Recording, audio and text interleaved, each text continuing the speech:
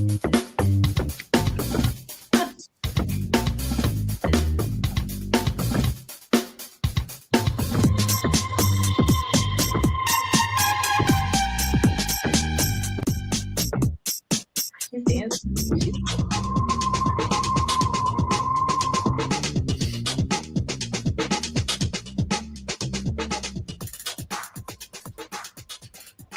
welcome to Caching in the Northwest. You know, this is the podcast from the birthplace of geocaching right here in the great Pacific Northwest. Now, in case you didn't know, it's Thursday and it's 7 p.m. Pacific time. They call me Chris of the Northwest. And we're going to talk about geocaches and geocachers from here and all around the globe.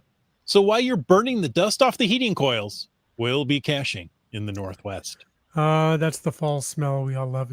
Isn't it? Yeah. Yeah. It's not great, but it's better than pumpkin spice. Just for sure. At any rate, it is Thursday night. I'm Wits End, and I'm glad that you're here. Tonight, we're hanging out with a couple of incredible lackeys from HQ and diving deep into the world of Giff 2025. We want to hear from all of you in the chat, so jump in there and drop your thoughts in the YouTube comments and, bleep bloop down there, do the typey thing. Let's make this a real conversation. I'm sorry. Did you actually say bleep bloop? Yeah. Okay. Would you prefer bloop bleep? No, you had it in the right order. Okay. Just making sure. Before we do anything, typey thing. That thing. But before we can do that, it's time to bring in our PG-13 primate.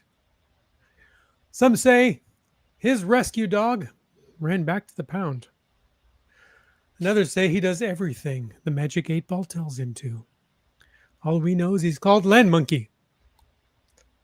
It seems likely. The future's a little hazy. Yeah. That's right. Hold on 1 minute. Okay, I can start. Good times. Good to be here. It is Thursday evening. Love doing this every Thursday evening with all of you online joining us, the millions of you watching us live. I said that just to make our guests nervous. But delighted to be here with Nikki and Emma. Great to see you both. Thanks for joining us tonight. Thanks. Okay, you're allowed to speak. You are allowed to speak. So glad to be here. Thanks for having us on. Yeah. It's our pleasure. Sorry, we didn't script that part. I was ad-libbing a little bit. So it's okay. We're doing rock, paper, scissors under the table for who talks first. Nice. That one was Love it. Can you please keep score so at the end of the show we can know what the score was? All right. Hey, before we start keeping score, it's a quick reminder that we appreciate the support of our patrons who help to keep this podcast coming each and every week. Thanks to Land Sharks, one of our corporate Denali level sponsors. And whether it's new containers, caching gear, well, you know what? It is autumn. It is time to get out there and maybe do some refresh on your caches that have had the crap pummeled out of them through the summer. So get a new logbook, get a new container, whatever you need to do. Get that geocache nice and fresh. Check it out. Order it online today at landsharkz.ca. This message was not endorsed previously by Land Sharks. Hold on. Then what are we doing here? Well, the exact verbiage was not endorsed previously by Land Sharks. Let's put it that way.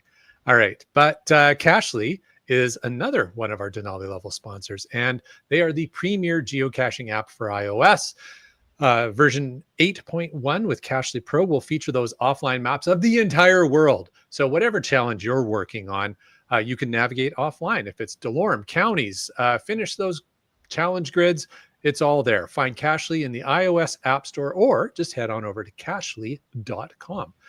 And our third and final corporate Denali level sponsor is Valemount. So tourism Valemount, in fact. So welcome to Valemount, where every season offers its own unique adventures. It's like shoulder season right now of getting ready for sled season, but still get out there and do some hiking. Beautiful place to visit. It's alongside nature's beauty. The vibrant village offers local charm, unique geocaches, warm hospitality, and a unique cultural experience. So whether you seek outdoor thrills or a peaceful retreat, Valemount awaits every single one of you. With an unknown number of funk alarms. Are we just giving up on the number of funk alarms? I don't know what the I don't current funk alarm number is. I'm going to say 13. Ooh. It's 13 alarm funk now. Mhm. It's been long enough. We Okay. can pull out the 13. Okay. They've had to add a couple extra band members for that one. Right? That's right. All right. Well, folks, if you enjoy this podcast, and even if you don't, if you want to know more about supporting this show, click that Patreon link on the cachingnw.com website. Brylink says a friend of mine hiked Mount Robson near Valemount this week and encountered snow at Berg Lake. So There you go. snow's on its way. That's It is the great Winter white is north coming. there. So soon. What if he encountered ice at Berg Lake? Hmm. I hope you Anyway. brought his skates. It Yeah, could there be you a go. berg ice. Iceberg. Yes. Is that what you're going for? That's what I was working for. Yes, thank you. Thank you for finally coming up with that. Yeah, we were just gonna leave you hanging for a little bit first. Nice. Thank you. I appreciate that. I'm going to use a term that the lackeys don't like, but if you want to join in the chat tonight, use the hashtag Giff in the show. Told you they didn't like it. there was an audible response to that. There you go. And use the hashtag FATAS to bring up anything else in the after show you want to talk about. And we know there's all kinds of other hashtags you guys like to share, podcast drinking and podcast baking and whatever else. So always have fun with that. Okay, we're going to start off with a little bit of news, and I promise not to mispronounce any large geocaching event during this section. Not the rest of the show, just this section. There is a new premium member exclusive from Geocaching HQ. Yes, it's the first puzzle treasure collection, including a new souvenir. Now, the new collection is available now for premium members. It's a little different from previous collections in that it's a puzzle. Each treasure in the River Expedition puzzle collection is a puzzle piece. Complete the collection to complete the puzzle and earn the souvenir. The puzzle has 16 pieces. Each piece has a unique criteria based on difficulty and terrain ratings. For example, the upper left-hand corner is a D1 T1. Anybody can go find that, right? One would think. If you can find one, yes. And the bottom left-hand corner is a D2 T2, or I'm sorry, D2 and a half, T2 and a half. So all the combinations in between. Where was I? The design for the completed puzzle reflects the Geocaching HQ community or company mission: inspire outdoor adventure, exploration, and community. So there, you can go look at the website, check out the table for all the different graphs. Now, there's also one is a non-premium treasure, so don't forget to activate them. And that's it. Don't forget to put them in one of the slots in your treasure collection so you can start collecting them. They don't pre-populate. They don't auto-populate. So go stick them in there, because you're going to go out and find caches and go, why am I not getting these? Because you didn't put them in. Okay. Wits End, I didn't tell you, but you're going to read the next story. Well, I hear that Limax sent this in Northwest Inspired news story. There's a potential new troll coming to Filoli. I may not be pronouncing that correctly, but You pronounced it far better. It could be Phi Lola, but I don't think so. I'm just going with it. In just a few short weeks, Thomas Danbo's Traveling Trolls Save the Humans exhibit will leave Filoli, but the fun does not have to end. This is Rose Wonders. Who is Rose Wonders? Well, at over 20 feet tall, she's Thomas Danbo's biggest troll yet.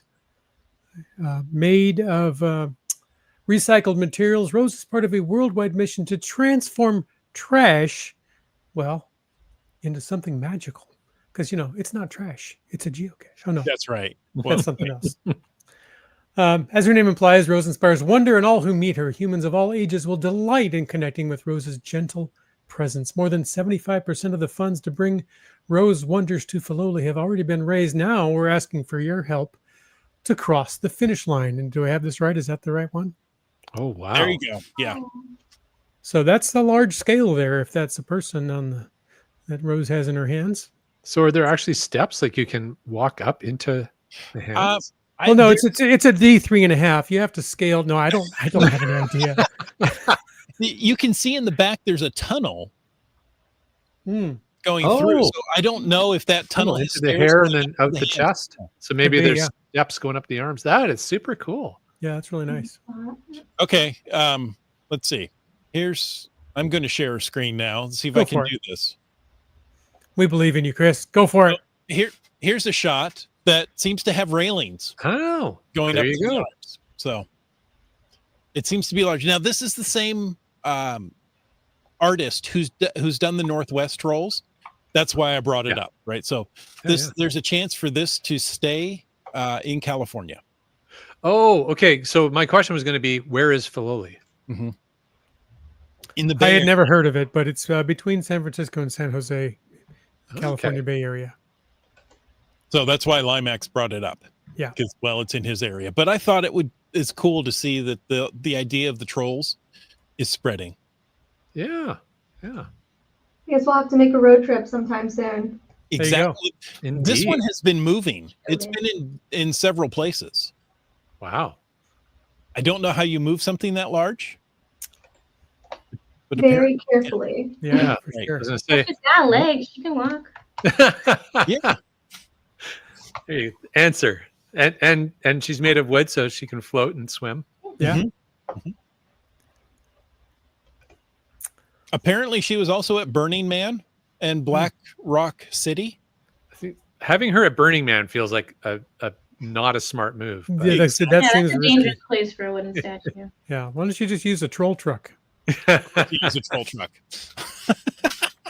just avoid the troll booths on the highway. That's right. Oh, too funny. Too funny. Anyway, I like Interesting the idea. news. So, Emma and Nikki, welcome to the podcast. And would you have the opportunity, first of all, wave your hands. Keep the lights on. We have to do this every 10 to 15 minutes so the lights stay on. Okay. We There- picked the worst room. We really did. Bad lighting. It took Even the chat room knows that. Because sometimes she says, keep them moving so the lights stay on. Yeah. Would you share a little bit with us about how you got started in geocaching and what your current role is at HQ? Because I know the roles change there quite often. So we're just going to ask for the current because there could be 15 in the past. Right. I was getting my list ready there, so I'll just feel free. So I'm Nikki Nickchick. I started geocaching when I was in middle school and geocached on and off, always dragging my parents and family members and whoever else to go with me. And, some years later, I find myself here at geocaching. So I am currently a community volunteer support specialist. So I'm on the team that works with all of the wonderful volunteers that make geocaching possible. Boy, that's a lot of people, isn't it? Yeah. So many, yes. Do I remember it's about 400 people, 400 volunteers? Yeah, there's a little less than 400 volunteers, and the majority of those are reviewers. And then we have a handful of translators and moderators and geo-awares as well. So yeah, a lot of people out there making geocaching possible. Well, if you're listening and you're one of the volunteers, thank you. Yes, for sure. Thank you for adding to our game. We really, really couldn't do without them. That's for sure. True enough. True. Oh, it's my turn. It's your turn. I'm Emma, mostly Moss, and I started about 2.5 years ago. And my background is a little different. It's in environmental education and wildlife biology. So needless to say, I love anything outdoors. I love adventure. And so when I found this position on the community engagement team, it was a great blend of outdoor exploration plus a little bit of education and community engagement. And I'm really loving it. Yeah. So, I should just explain what I do. So I do Giff this year, but we also work on the blogs. We work on souvenir campaigns, and we do a little bit of customer support as well. Nice. All right. And on the note, getting to know you, GSM times 2 wants to know, how did Emma get her caching name? Great question. So my dad's family is all from Washington State for many, many generations. And there's a name for Washingtonians here. It's a little bit of an insult, but it's pretty accurate, called mossbacks, because they don't move. They're slow to change. And so my dad's a mossback, so I'm mostly moss. I also spend a lot of time outside in the rain, so it fits. Yeah. I always say when living up here, we don't tan, we rust. Accurate. Yeah. Accurate. All right. Well, speaking of getting started, thanks. I'm so glad both of you got started, both geocaching and as lackeys. But Giff is what we're here to talk about tonight. Yeah, I'm the oddball host that doesn't use that other term. Giff started back in 2013 at the geocaching block party. So maybe could one or both of you, tag team, share the original vision behind creating the International Film Festival specifically for geocachers, and maybe how that early experience grew into the global phenomenon that it is today. On the big screen. Well, I started in 2013 at the block party in Seattle. And it was screened just in a nearby park, and it was really popular. So, of course, we had to do it again. And the community really got behind it. People are excited to make movies. People are excited to celebrate each other's films. And then in 2015, it's actually a kind of a funny story. We were going to do it again in the park, and instead it was raining. So quickly we pivoted and decided to share this worldwide, to share it online. And it kind of turned into a global event from there. It was a real success. People loved being able to participate beyond Seattle and, the Puget Sound area. And that's the story, I guess. It just exploded from there. Who would have expected it to rain in Seattle? I know, right? In August of all times. If I remember, it was quite a downpour. I mean, like the park flooded briefly. It was quite the downpour, and I was like, Cool cow cachers also remember that rainy day. Yeah, that was pretty crazy. Mm-hmm. But I say it was pretty crazy, but it was also kind of typical Northwest. Like, yeah, it's August. All right, well, we may as well just dump rain. That's right. But no one could have known that it would have led to what Giff is now today. Exactly. Yeah, absolutely. Well, and we're kind of curious because it seems like it, as you say, it was intended to be a block party associated thing, I'm guessing, and then the fateful day where it became online and distributed around the world. But since then, and it feels to me that it's kind of been like on again, off again a little bit. I think kind of biannual, maybe every 2 years. So first of all, correct me if I'm wrong in my interpretation of how often it happens. But secondly, is there any key factors from HQ around coming to a decision on that timing, that format? Yeah, I can speak to that a little bit. So back in 2020, when, as we all know, the pandemic happened, it kind of changed some of the plans around here. So I think that was before both of us were at the company, but they opted to do a compilation of the best Giff videos of all time that year to make it simpler and still to provide something for the community to enjoy while we were all stuck at home in our houses.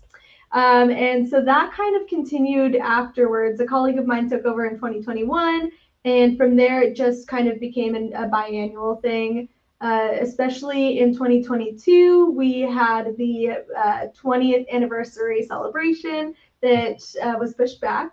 And I think that also kind of caused there to be a biannual basis going on. And so, Giff is, we love doing Giff here, but it is a big project. And even this year, we kind of both were participating in Giff and project managing it, but it becomes a really long task list, and we figured it was better for us at HQ and also for the filmmakers to give them more time to be able to dream and create their amazing films. So very true. Looking back from 2013 on, even at the start of this show, we mentioned a previous Giff film, right? It's not trash. It's a geocache. Yeah. Mm-hmm. And, you know, CRS 98 says the best ever is still geocaching is free. I mean, that's just become a thing, right? Like, I know. Everybody says it now with that film in mind. Exactly. So I have to ask, is there a particular year or theme or even film that stands out as a personal favorite? Now, maybe not, you know, the entire geocaching community, but your personal favorites. That's a good question. I will say, now that you mentioned some phrases like it's not trash, it's a geocache, there are a couple of those that echo around HQ that some lackeys still remember, a couple of Giff songs that get stuck in our heads, or just some almost inside jokes, right, with the community that we can all laugh at. I think some of mine would probably have to be from the first time I ran Giff. And I think each of those videos still just has a special place in my heart, because being able to see it from the beginning to the end, it's like, you can't choose a favorite child, but a lot of those ones still resonate with me. We all know we have one. We can't play favorites over here. Yeah. I'm also really excited to see some of the films this year. I think there's some really exciting ideas and takes on Giff this year. And so I'm not saying I have any personal favorites, but I'm excited to see what the community takes away from this year's Giff. All right, yeah. We've got them popping up here in the chat. The Geo Man from Australia was good. The GeoCare Home for the Aged geocacher was amazing in 2020. Yeah. Well, and speaking of this year's, Just Carlo, who is a finalist this year, is watching live. Hi, Just Carlo. And he's saying it's a treat to go back and watch all those classics. So yeah, it's a good point. I thought you were going to say, speaking of aged geocaches, Jim, why don't you answer the next? Well, since you've segued yourself, please continue. Well, I think it's interesting that you guys talked about choosing a favorite child, because I know that the people that create these beautiful entries and hand them off to you, it's like, you've poured all your work into this child and hand your baby off to the critics, the judges. And I know people talk about, it'd be fun to be on the judging panel and get to see all these films ahead of time. But I don't know. Those films come in from all over the world now. I don't know where the original ones were from, but I know now it's a truly global event. Could you, I don't know, share a little bit of that journey? What's it like once a film and then somebody hands it off to you and they've submitted it, that there's a judging panel there that takes all these things. You got to narrow it down in stages before you do a final vote, or how does that work? Yeah, so the submission window is quite large. So my journey this year, for the first couple of weeks, we're not getting too many submissions because people are still working on them. And so you'd get one and you'd watch and be like, that was great.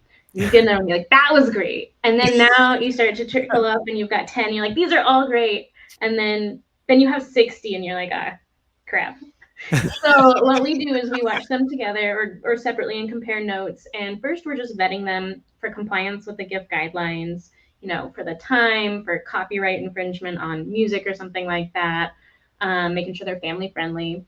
And then we score them based on, we got 4 criteria. We do production quality, we do content, creativity, and then contribution to the community. And I'll talk a little bit more about those later. And between the two of us, we rate them. And then we take our top, I think it was 25 this year out of that score. And we had a lackey viewing party. So it was open to the whole staff. And we got together after work, ate some food, and watched them all and had the lackeys score them on those same 4 criteria. And that was really fun. We made some bingo sheets too, to make it a little silly, with some inside jokes, with some common film tropes, that kind of thing. Sure. And so we typically aim to have the final film reel be about an hour long. So we selected the top scored films that fit within an hour. And so this year I happened to be 20. Oh, okay. Yeah, the films are a little bit shorter this year, so we got to increase the number. You're welcome, everybody. We wanted to go for 25 to be thematic, but it was just going to be a little too long. A little too Yeah. long. Oh, you should have done it anyways. So that original judging panel, is it just the two of you, or is that panel larger? It changes from year to year depending on who's managing the project, but this year we were co-managing it. So we're kind of doing that initial screening with those 4 criteria, as well as just adhering to the guidelines. Cool. So is the Giff panel volunteered or voluntold? People will do a lot for a free dinner. Okay. I'm in that club. So we always make sure to have some real good food on hand. And lackeys really love getting together and getting to watch the films. Sure. It's you know, if you had the ability to watch Giff in advance, it's a fun way to do it. It's a treat. And a free dinner. I mean, yep. I can't see a downside to that. Yeah. No.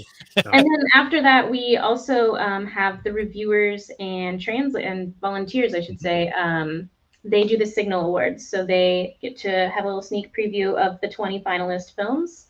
They are doing that right now as we speak, and they are judging them on those same 4 criteria.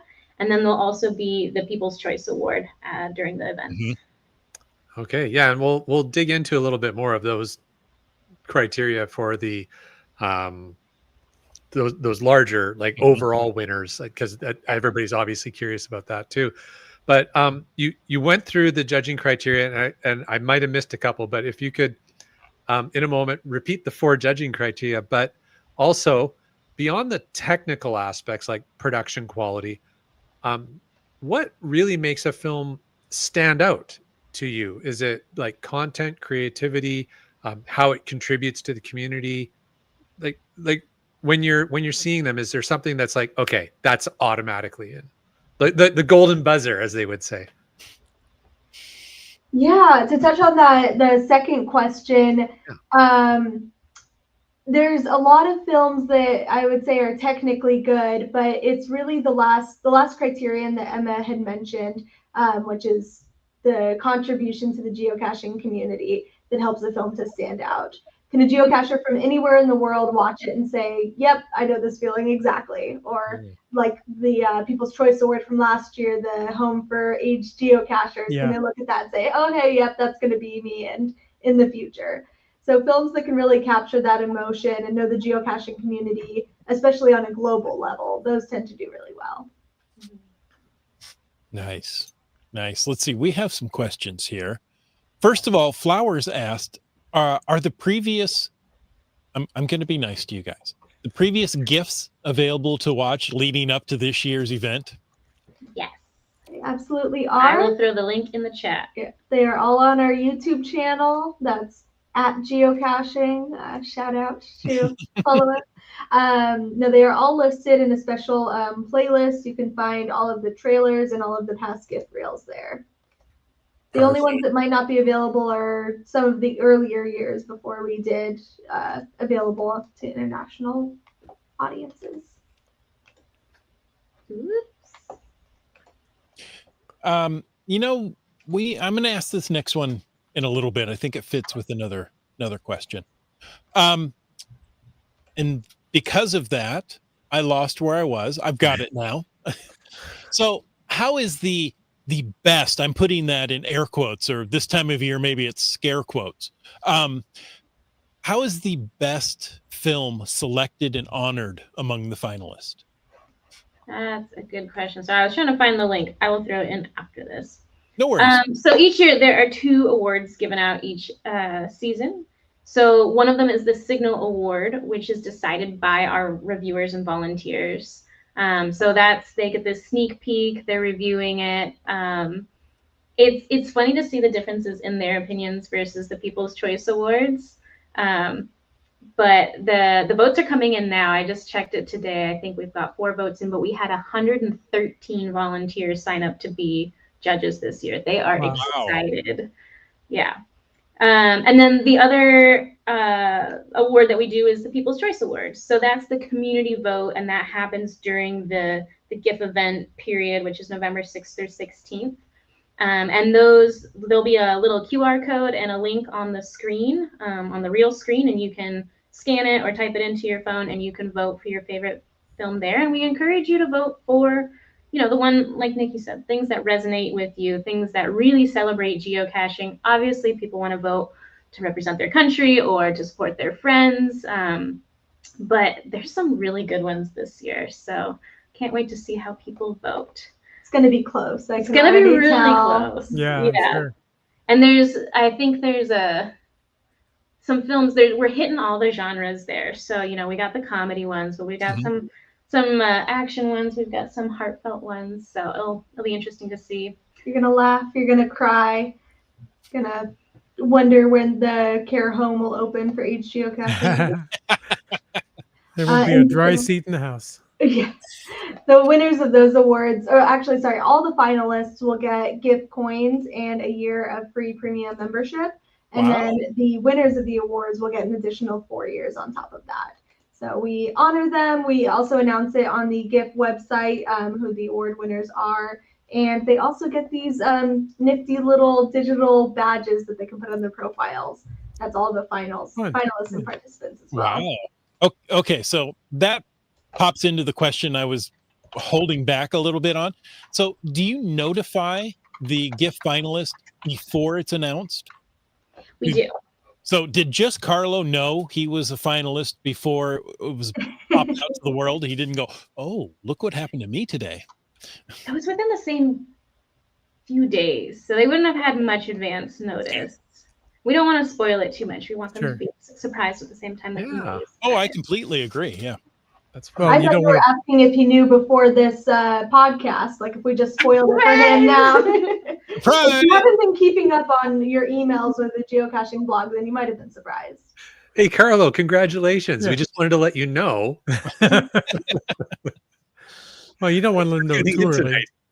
If you let them know too early, it puts a burden on them to keep the secret. Sometimes that's harder than just waiting on everybody else. So you mentioned that QR code and the People's Choice is all digital online voting.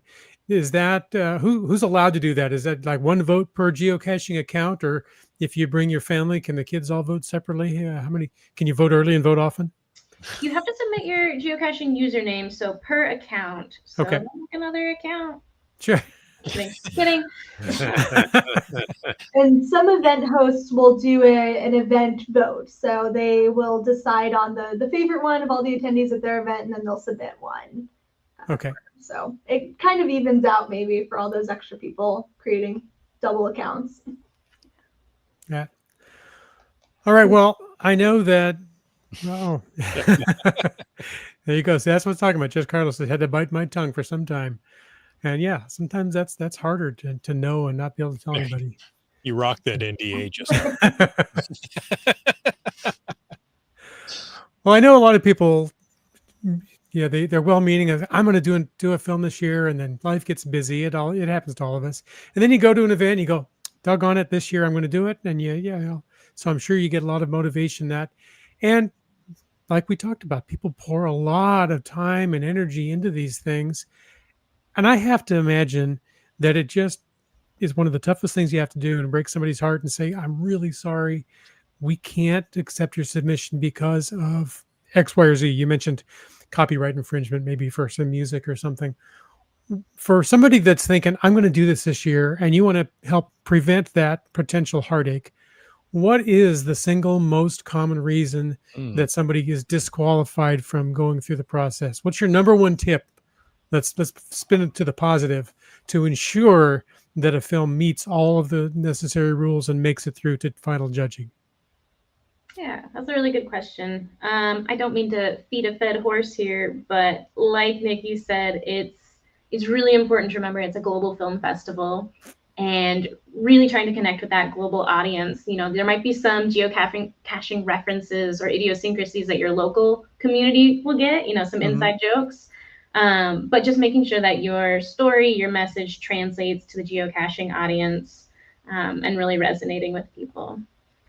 And as far as hard to disqualify goes, we do see it's less and less over the years, I think, but we still see some submissions that come in that are over that 4-minute limit. if we catch them in time, we can reach out and let someone know to cut it down a little bit. But okay. sometimes if they come in at the last minute and it's over 4 minutes, it's kind of out of luck. But in general, we just kind of recommend, I mean, you might think that you need to fill out the whole 4 minutes, but you don't. You can really get a lot of great storytelling in a shorter amount of time. And we've seen some really popular films that are just 1 or 2 minutes. So. This year especially, I feel like people really went for the short form this year. Isn't that interesting? Interesting. Maybe one day we can get all 25 films in there if they each come in at all 60. Let's go. There you go. Yeah. Yeah. Just Carlos says he pushed his pretty close to that 4 minute mark. Yeah, you did. but it didn't exceed. So They know exactly how long your movie is, Carlos. Emma and Nikki, I'm curious. So I've got a question for you. When you're talking about when you said people lean towards the short form, and as a content creator, like when I hear the word short form, the other thing I think of is vertical format. So is format and video quality, like the quality that it is filmed at, are those criteria that help determine if a film is in or out as well? To a much lesser degree. Okay. For example, I can think of one film this year that is combined horizontal and vertical shots, because some of it was taken on a geocaching adventure, while others were taken later on to kind of complete the story. And you'd think that would sound a little jarring, but no, it flows together really well. We are looking for a little bit of consistency and quality, especially audio. Sometimes you just get some really muffled audio, and that's not going to automatically disqualify a film. But we really encourage people to try to get good audio, maybe re-record or do some voiceovers if necessary. I will tell you, I'm an audio snob. Audio has to be clear, because I've, as a podcaster, audio is what I live on. But if you're watching a video and you can't hear it well, you won't continue to watch it. But if there's a video with maybe not so good video quality, but you can hear it well, you'll actually push through and watch that. So it's strange, except for an echo every now and again. Thanks, Riley. Hey, every 100 episodes, we can exactly be It's part also amazing to see the stories that people tell without any words. Yes. Just through movement, or there's a lot of music that helps tell the story. So there's some great nonverbal ones out there. Emma, I think to your earlier geocaching dog. Yeah.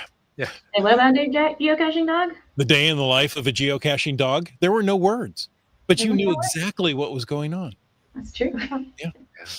and Emma, I was going to say, I think you made a really good point there, because I think that goes along with what you both have said about it has to have some sort of international appeal. And so if you don't focus on dialogue, but rather you focus on visual storytelling, it sounds to me like you're probably going to have a better shot at making it into the finals.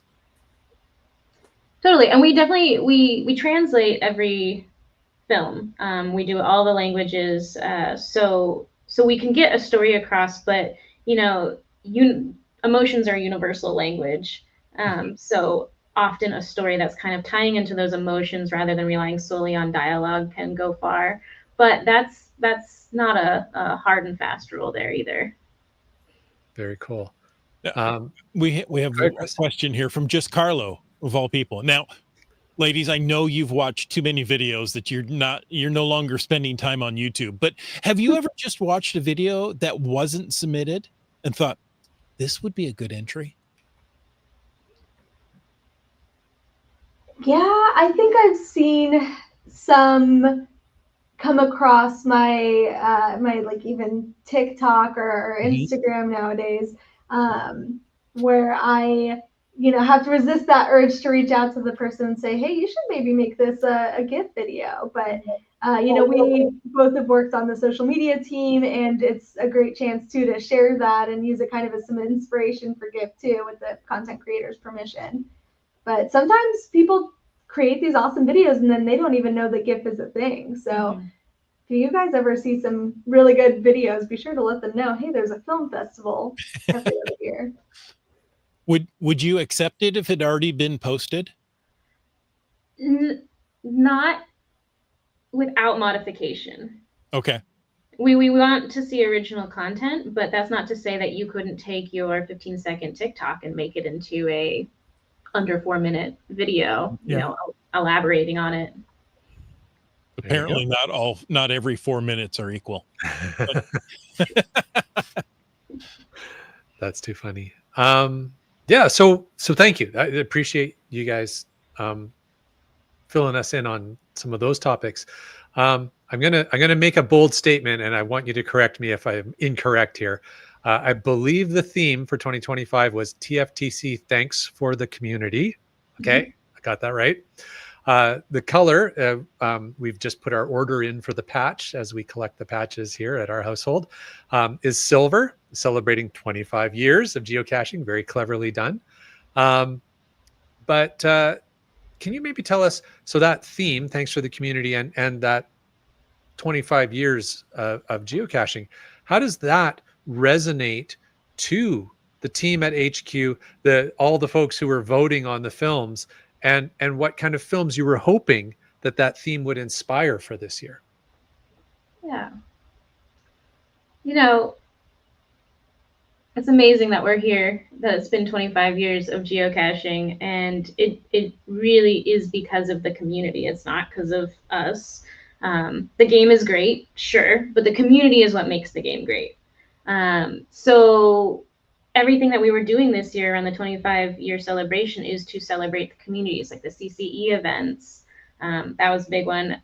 It inspired so many CCEs. There's a bunch more megas and gigas than we've ever seen before. Treasures was another way that we wanted to celebrate the community, another fun way to engage with the game. So we wanted to round that out with Giff, just another reason to celebrate the community and another outlet for filmmakers to kind of celebrate how they've been inspired or affected by the community. And we got some really interesting takes on this theme. Yeah, I'm excited for you all to see them. People's definition of community and how it's affected them and its role on the game is really interesting to see. I can't spoil anything. And that's kind of what we were hoping for. We wanted to, oh, sorry, there might be an echo there. We wanted to keep the theme relatively vague to really see what people would bring to the table. And yeah, I think that it had the right effects, just based on the submissions that we received. Yeah. Nice. Now, since it's baseball season, I kind of feel like we're in the 7th inning stretch. So if you guys just want to stretch your arms there for a moment. Okay, good. With that said, we'll move on. Thanks for the reminder. Now, along with the film festival, the whole idea is to host a GIF event. It's not peanut butter. I know. But people say it, so we throw it both in, so we offend everybody equally. Good GIF. There you go. So it's a global event, this hosting these events. It's a global effort. What are some of the most creative, most memorable events that you've either been to or heard of over the years that maybe some of our event hosts, one may even be on the podcast here tonight, that is looking to host an event, can draw some inspiration from?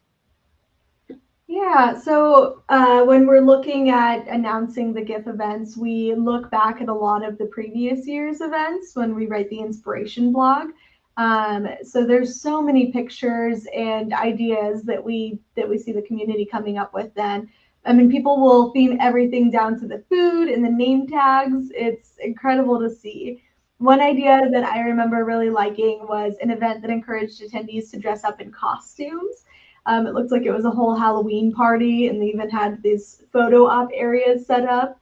Another one had people dressed like they were going to the red carpet and had photo areas with awards that they could hold.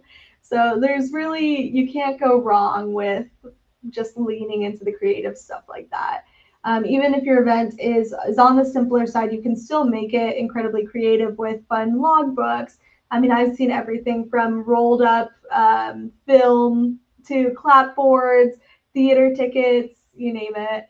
And of course, the logbook is completely optional at events, but it's a great way to remember it by. I personally have a clapboard logbook from my Giff event from 2023. Yeah, just right over at my desk. The location of the events. If you're looking to host a Giff event, the location is probably one of the most important parts.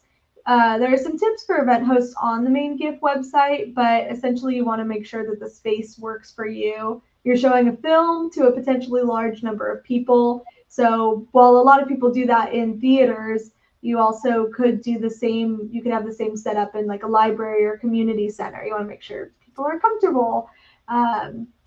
There's also been a few mega events over the year. I think in Germany, there's a couple that are in drive-in movie theaters, and those ones are very memorable as well. The hosts really go all out. So that's just a couple of the tips that I have for anyone that is looking. But take a look at some of the past Giff events. Take a look at the photo gallery there and see what other people have come up with, because people are so creative. I love the idea of a drive-in movie theater, but that's cool. November in the Northwest, that's probably not. Run the wipers.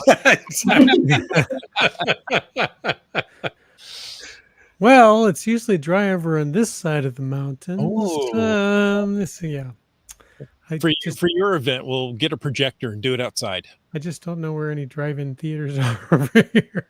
That's a challenge. But yeah, I'm excited. Full disclosure, I'm taking note on all these things because I'm hosting my very first Giff event this year. Oh, so I'm excited. And it is a community celebration, the community aspect that always excites me about events because, humans were made to be in relationship with one another.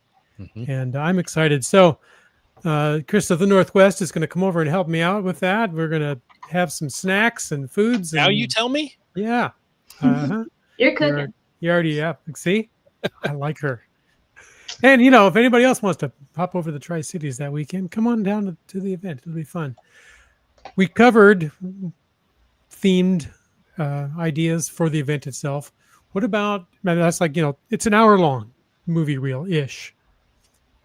What could we do before or after, pre-movie, post-movie activities? Food is always a popular option, and we're going to try to do some edible items there. But what else could we do to make this really a truly community event? Oh, we can go out in the parking lot, pick up trash, and no, let's not do that. Yeah. As long as you guys don't call it Cido, that's where I'd have to draw the line. Yeah. Ciaito? How could I do that? Don't get him started. We've seen a lot of good ideas come through raffles. That's a fun one where you're raffling off, cash containers or fun things. Costume contests, like Nikki mentioned.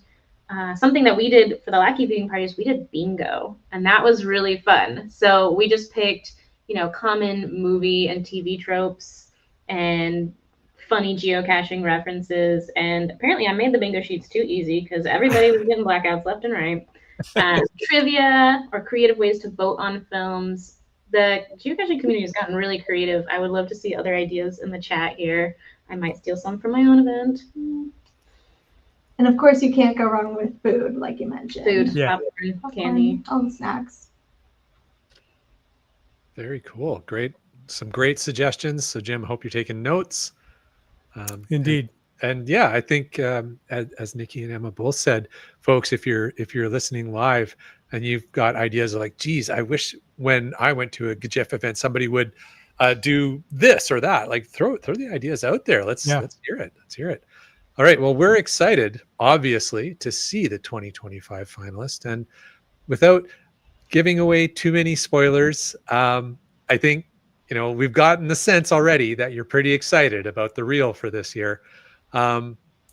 Is there one element, trend, or film that you personally are most excited about the community to see and experience? And you don't need to give away specifics, but was there, like, when everybody goes to the event, I want them to be thinking about this when they go, and the films will resonate even more? Oh, That's okay. I had a different answer until the last part of that. Okay. So, Well, answer it any way you want, Nikki. Like you're the guest. well, I was going to say I am really thrilled about some of the events that are using a different style than what we're used to seeing. And I don't want to give away too much, but you'll know it when you see it, when you watch the reel. Filmmakers really thought outside of the box this year. Okay. As far as how people should resonate or let it resonate with them, I don't know. I think just thinking about what the community means to them. I think quite a few of the films this year reflect on that, and just it's a little. There might be a few more emotions this year than in previous years. Like All I the said, emotions? you're gonna cry, you're gonna laugh, Yeah, play those All the hearts. feels. all the feels. Yeah. Yeah, bring some tissues. We had a pretty diverse submission pool too. We had at least 20 countries submit films, and Wow. there's a few that stand out in my mind that are they pull from their country's culture or things from their country, but they make it a universal concept that every geocacher can relate to. But they pull stylistic elements or something. And sometimes they do it without language, sometimes they do it with language, and it's there's some really creative ones out there as well. So Yeah, let's talk about embracing the community. Perfect segue. Yeah. You're hired. The question just came from just Carlo. Curious if the events are a good outreach to non-cachers. I think so. There's definitely some films that kind of tap into the universal inside jokes that geocachers have, referencing TOTTs or FTFs and stuff. So you might have to kind of nudge them and whisper in their ear some of those things. But there's enough just kind of basic human emotions and connections that these videos are showing that I think anybody would be entertained. Yeah. I I'm think definitely going to bring some non-caching friends and family to the events. I have a couple of friends coming to mind that are non-cachers. So yeah. I think if someone shows up that's a non-cacher, by the end of the reel, they will feel like a true geocacher. Nice. Mm-hmm. Wow. Okay. Wow. That's impressive. Okay. So we know that there's a very limited screening window, November 6th through 16th. If I count, that's 10 days. I may be counting wrong. There's a question here, and maybe we need to go take this to our reviewers more than you guys, but are you allowed to charge an entry fee to offset the cost to rent a room or space for Giff event? Sorry, I had to struggle with that one. Okay. Because Giff requires special equipment, not equipment, a special space to show it, you are allowed to charge a reasonable entry fee to cover costs of renting a theater or a space. Yeah, I pulled up the geocaching guidelines because still got to reference those sometimes. But with any event cache, you can include requests for donations or entrance fees to cover legitimate costs of organizing the event. Yeah. So I don't know if like a bouncy house would be a legitimate cost. Oh no, yes, that is legitimate. Well, if you're showing it the Giff reel inside the bouncy house, Yes. Yeah. That's Well, those are the expensive seats. Yeah. might need to reconfigure the Giff event this year. The VIP seats are the bouncy house. I mean, seems legit to me. Okay. Flowers says I didn't click it. Loves the Giff Treasures collection tie-in to the whole thing. So yeah, nice. It's a fun collaboration with the creative team. One of our artists really enjoys doing the Giff art every year, and they were very excited to get to do the treasures as well and kind of Nice. extrapolate on the little gnomies. We all love the gnomes here too, so giving them a little bit of depth was really fun. Does anybody recall how the gnome got tied in with the Giff events? Like, do you guys remember this? I asked Roxy, can I find their answer? Well, I love the way you work, Emma. For much longer than us, and there was an answer somewhere in there. They weren't completely random, but I can speak while Emma's looking that up. I can speak to the hamsters that you might have noticed in the past few years of Giff. So that was, I think you've even had him on your show, RE54321's doing. He loves hamsters and asked for a special addition to the Giff, compilation of little images and little guys in there. So from now on, you'll always see a little hamster and maybe a gnome feeding him a piece of popcorn at that too. I love it. Take it away after Well, that. the hamsters have a long history with HQ as to, the original joke about that's how the servers were run. So, or powered. So the gnomes actually came from the first Giff event. Okay. The branding of the block party was something along the lines of find the unexpected. So it was tapping into Seattle silly things. I don't know if people are familiar with the troll under the bridge. We have the South Lake Union mammoth, and it's an actual mammoth that they dug up, uncovered. And so gnomes were part of the general silly theme. And then Roxy's just started drawing them every year and making them film themed. And every year, I don't know if you can recall back to previous years, but the banners and the imagery always has gnomes doing different things, different activities. Sometimes it's art, sometimes it's movies. In 2023, it was more like glamorous movie star. Yeah, the gnomes were just one small aspect of that original block party design, I think. And I think the community just kind of fell for them, as did we. Yeah. I like them. I put them in my cache description page, so I put included some of the little gnomes in there. Oh, in the first poster, I'm sorry, it was not 2013's first block party, it was 2014. And the gnomes are ziplining into an ammo can. Ah, very cool. That's another fun element to add to your event. Ziplining? Ziplines. Into an ammo can? Yeah. Into the bouncy house. Oh, into the bouncy house. There you go. Yeah, I love it. Just the VIP seating from the balcony down to the bouncy house. And that makes it a T5 event too. So. Please pass our thanks to Roxy for live supporting the questions on the show. That's awesome. Gnomes make great guardians, says Keith. Roxy and the art department, I've spoken with them several times, interviewed them a couple of times.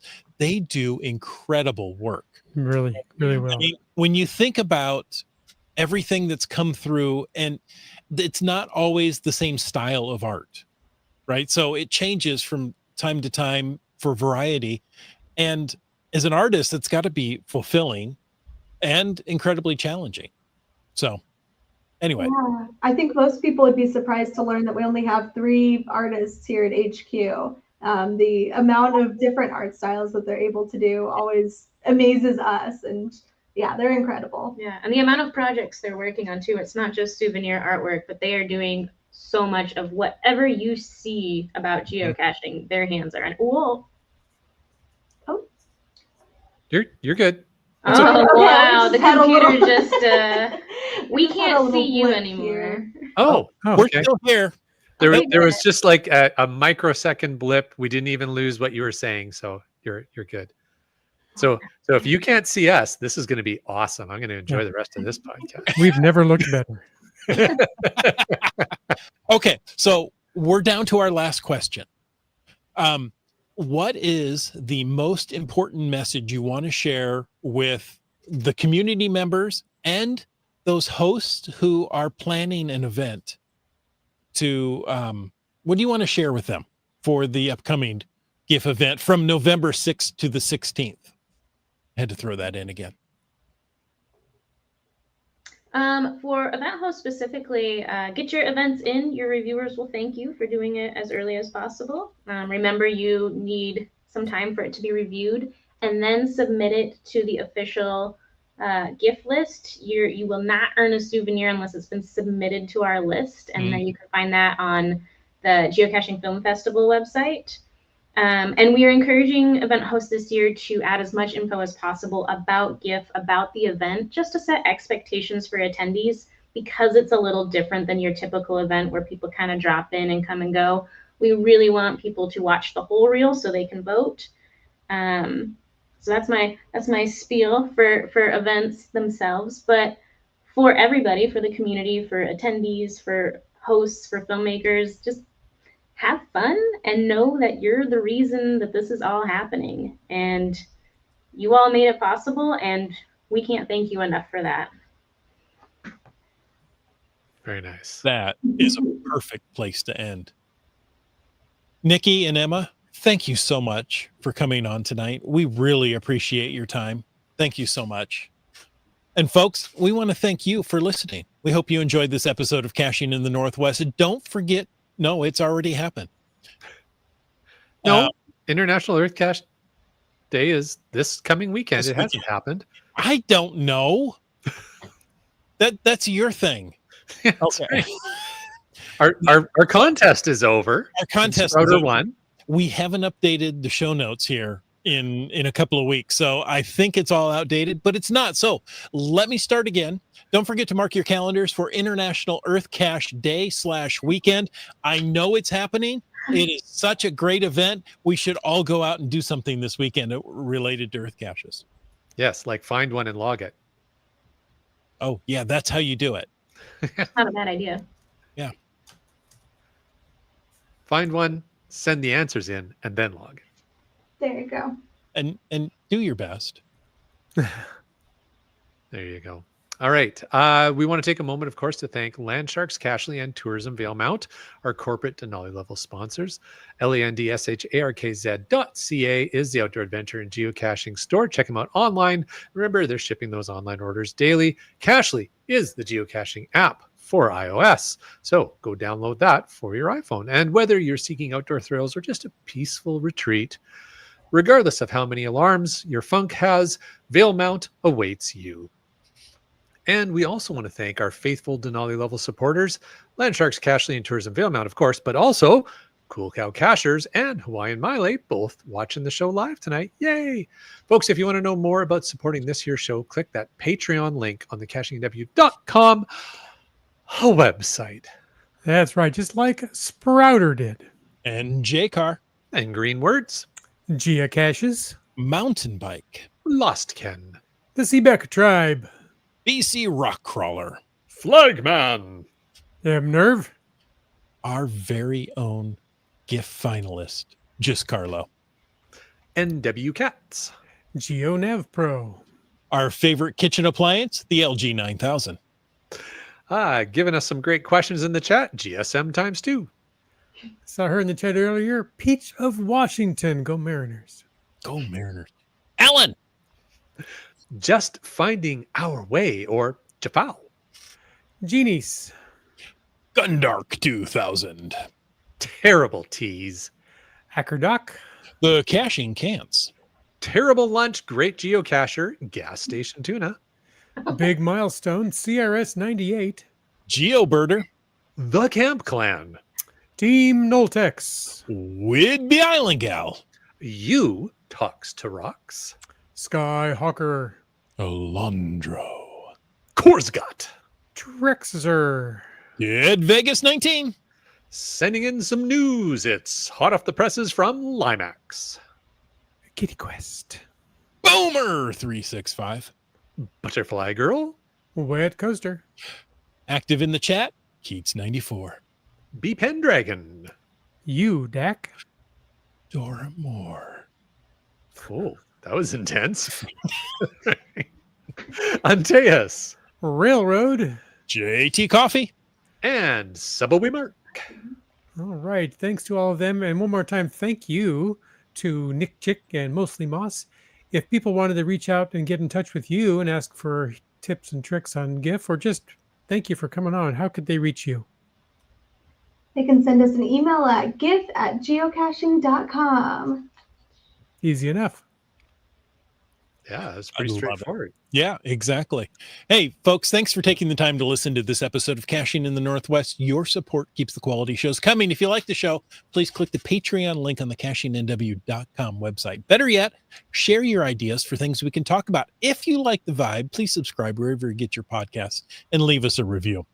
If you were in a restaurant, you would tip. If you were in a live audience, you would clap. But since you're on a podcast, leave us a free, fast, fabulous, fantastic 5-star review. And of course, you can call into 253-693-TFTC and leave us a comment, ask us a question, or host a Giff event any time of the day or night. And of course, you can email us at feedback@cashingnw.com. Join us every Thursday at 7 p.m. Pacific for a live show and even livelier chat. The show is produced by Chris Umfenauer, Jim Paulwitz, Jay Kennedy, and Brian Lang. It's licensed under a Creative Commons 3.0 attribute. Copyright 2025 by Chris Umfenauer. And folks, I ask you to stay tuned for The after show. the after show. All right. We did it. We did it. Nikki and Emma, is your video still off? We can't see anything. Oh, okay. Oh, no. Well, we can hear you, and just so you know, we can see you. Yes. Sounds kind of embarrassing. I'm just laughing at all the names you were reading out. There's some good ones in there. Aren't there some great geocaching names? Really creative people out there. Yeah, Let's see. Caching Kent says he thought the puzzle was an interesting treasure idea. It Yes. was that that surprised me when that came out. To see, I didn't know you could do that with the treasures Right. format. So I thought, well, what a fun idea. So it's great to see that creativity. And the fact it's premium only and there's a non-premium version, that's interesting. Yeah. Hey, Nikki and Emma, there was a couple more questions that I wanted to ask you guys that had come from the audience. I think they're great questions. There are two questions that are quite related. One from GSM times 2 and one from Just Carlo. GSM times 2 asks, where can he find the list of submissions so he can add it to his event page? Great question. That was on a blog that was published back in September. And I'm having trouble joining the group chat. I can message you all directly, but I'm having trouble getting into the group chat because I was trying to post the YouTube link as well. If you put it in the private chat, Chris can grab it and put it into The YouTube link you put into the private chat didn't work. Ow. Well, yikes. Hang on. Oh, because it's from the studio. Jeez Louise. Having trouble here. It's all good. It's all good. Another place you can see the list of approved geocaching Giff events is on the Geocaching HQ account. So were they asking about finalists? Or? They were asking about the films because he wants to add it to his yes. There we go. There's the list. Yeah. From the blog post. But if people are curious to see where all the events are, so did you want to share that again, maybe? Yeah, that will be on the Geocaching HQ account. If you go to the public bookmark list, you can see the list of 2025 official Giff events. We can throw that in the chat as well. I'm getting there. Awesome. Now the related question is from Just Carlo, and it was much earlier, so I don't know if the guys can grab it and bring it up. But what he was asking is the order that the names were posted in the blog. Is that the order the films will be shown? No, we were keeping that a secret. Oh, okay. Right? Yeah. No, sorry, Just Color, you are not first.